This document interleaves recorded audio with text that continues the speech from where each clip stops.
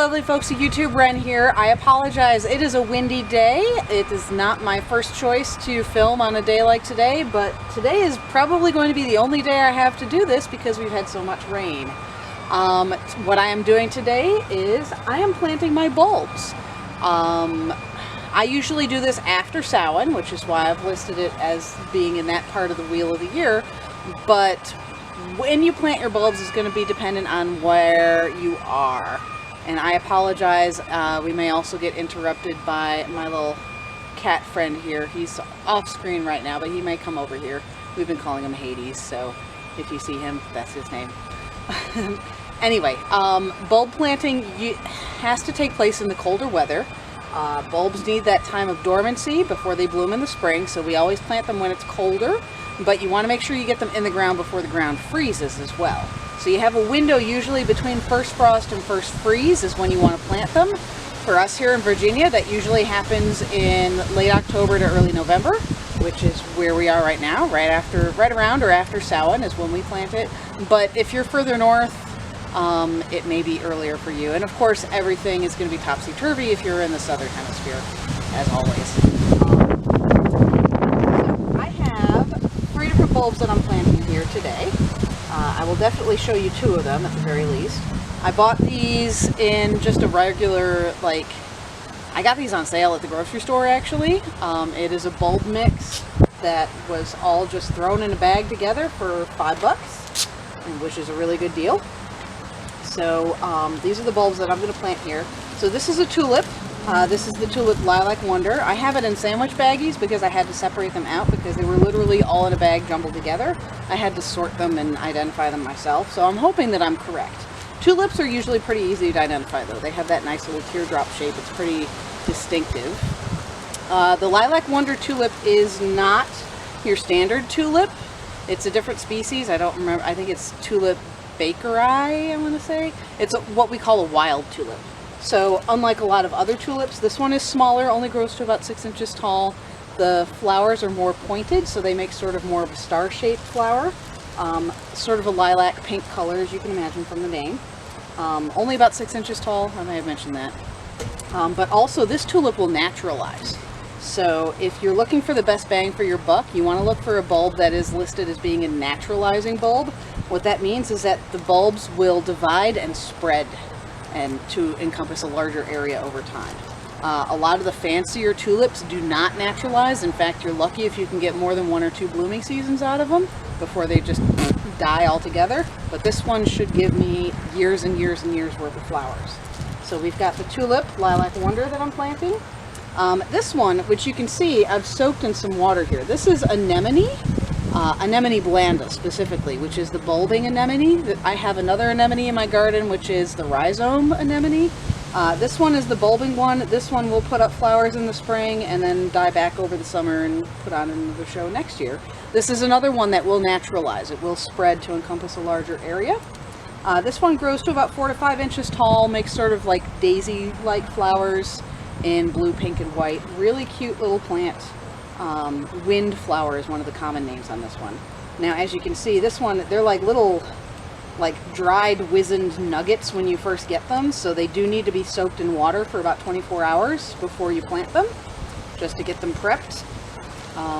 Mine have been soaking. I started soaking them yesterday, obviously, with just distilled water. I didn't want to use anything with chlorine in it, so just distilled water, a little bit, just to soak.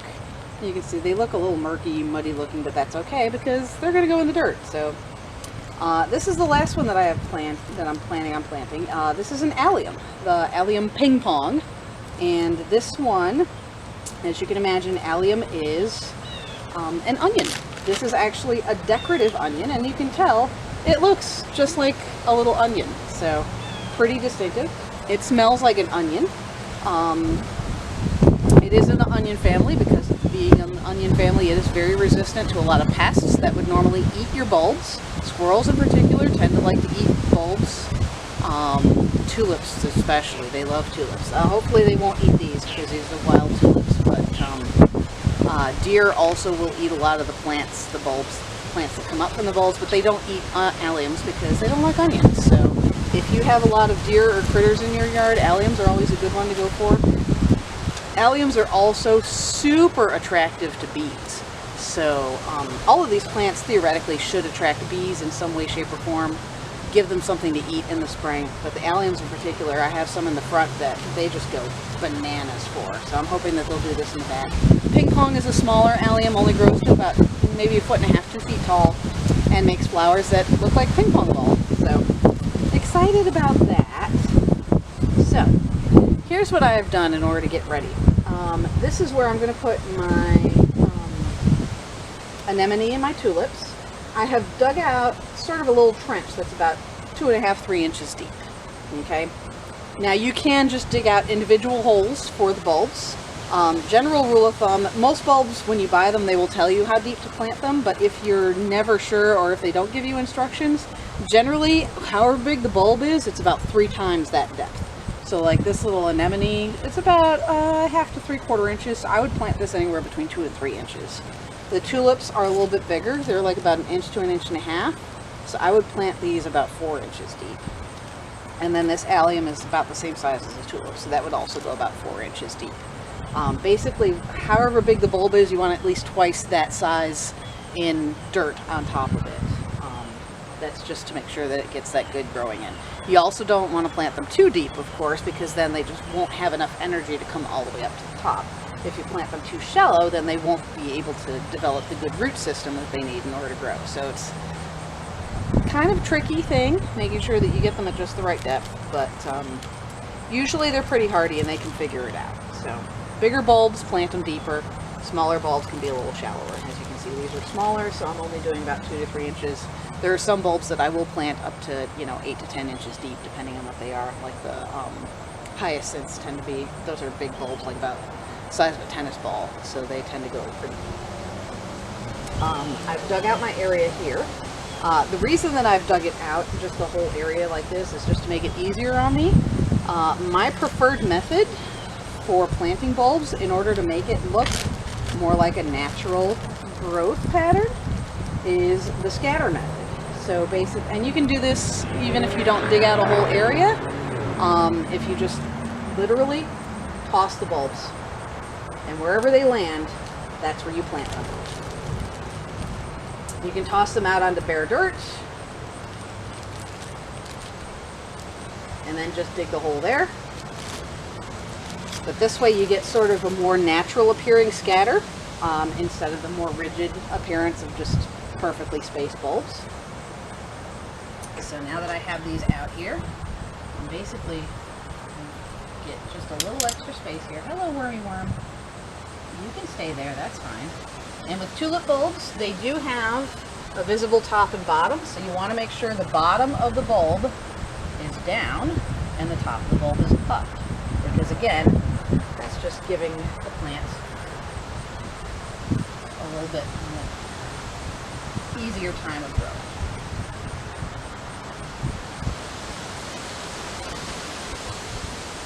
Yeah.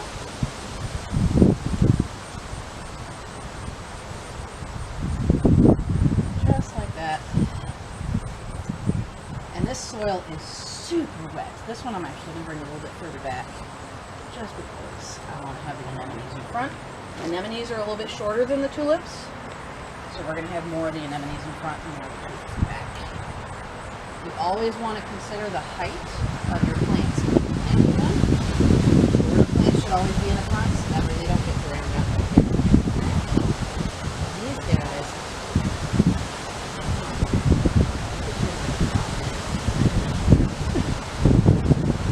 Alright, sometimes nature needs a little helping hand. There.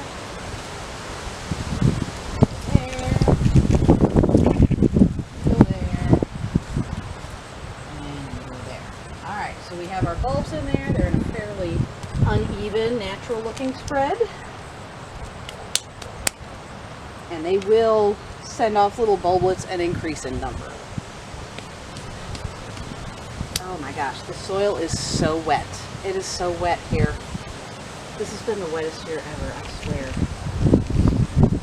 Alright, now we're going to do the same for the anemone. Give me just a moment. Alright. Just intentionally resetting my camera so it doesn't cut me off mid-sentence like it tends to usually do. Here we go. So, anemone, let's dump out. I'm going to actually dump this water out.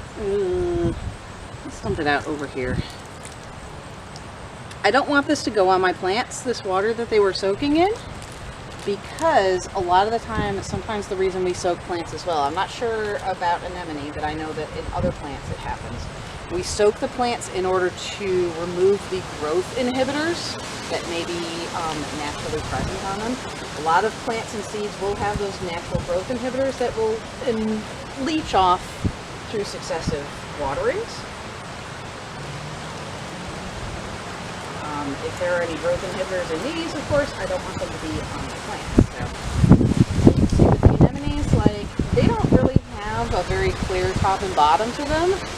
Like, I can't tell what's the top and what's the bottom on them. And because they're so shallow, I'm not as concerned about making sure that they're, you know, in the top. So, I'm just going to take some of these and put them together, spread them out a little bit.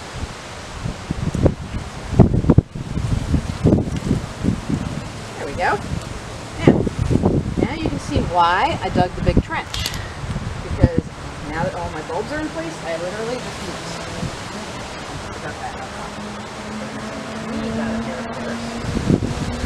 a lot of the cold weather right now.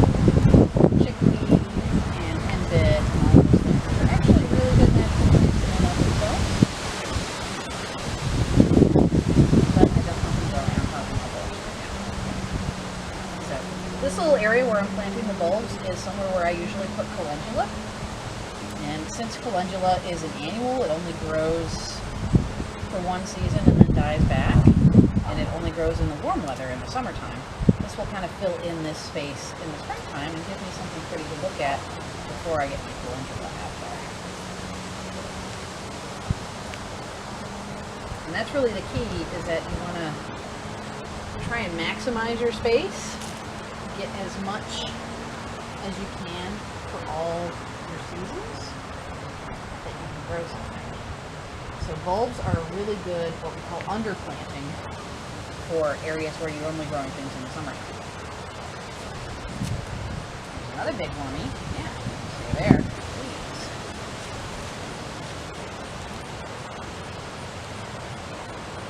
Oh my gosh, it's so wet. Look at how much this is sticking to my hand. Oh, this is not the ideal situation for planting. Weeds out here.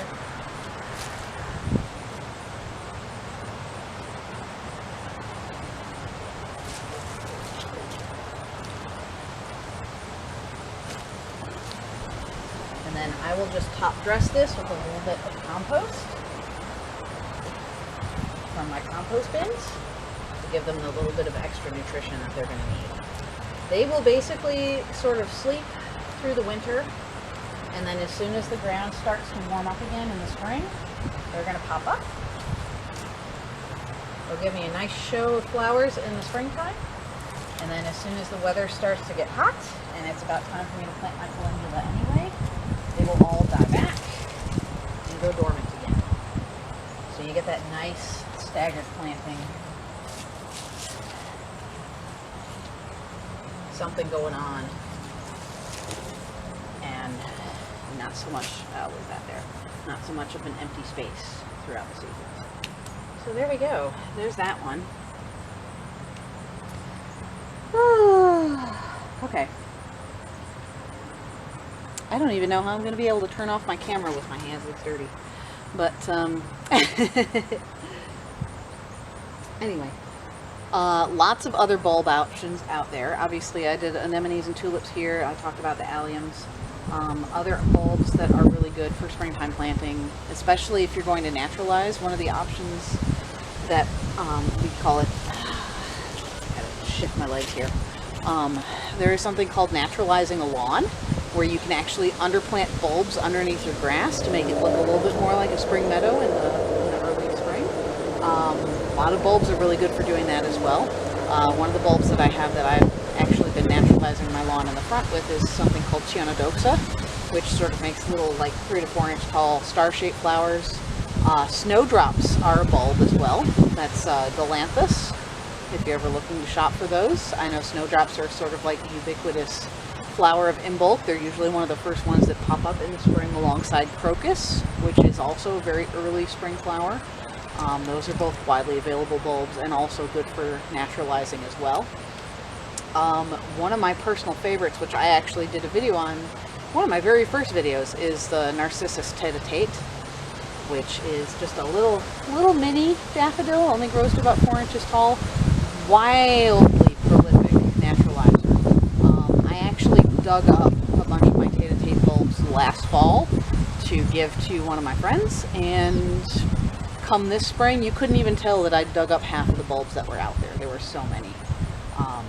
That's one that I actually inherited from my mom because she had too many and needed to get rid of them as well. So if you know any gardeners, they're a good source for things like that, those naturalizing bulbs that rapidly spread. There are other things that we tend to plant around this time of year that aren't necessarily bulbs, but are similar in concept. There tend to be rhizomes usually. Things like iris is a rhizome that's pretty widely planted in the fall. To get some spring blooms, late spring, early summer blooms on it. There are also some bulbs that we will plant in the spring for summer blooming as well. Things like gladiolus is one that I have that can be planted in the spring because it blooms in the summer. But generally, if you're looking at a bulb that blooms in the early spring, you're going to want to plant it in the fall so it gets that nice cold dormant season in there. Now anyway, this is a really, as you can tell, it's a really easy, simple thing to do. I mean, it's literally just popping stuff in the ground and then you leave it. And they are super, super, super minimal effort and maximum yield in just the way to make your garden look. So I highly recommend just popping some bulbs in there. Wherever you have an empty space in the spring, it's a good place to put a bulb in because usually right around the time that they're dying down, the other plants are filling in, and that way you have nice coverage throughout the seasons rather than just having those empty spaces that you're waiting for kind of really, I mean, it's really one of the key tenets of garden design. So anyway, that's I think that's about all I have to say on that. Obviously, if you have any questions on this process, I'm not sure that you would, because it's pretty simple, honestly. It's really dirt simple. But if you do have any questions, by all means, of course, you are always welcome to post them below, and I will answer them as best I can. I don't always have all the answers, but I'll let you know what I know. So anyway, I hope this video finds you well, and I will see you again soon.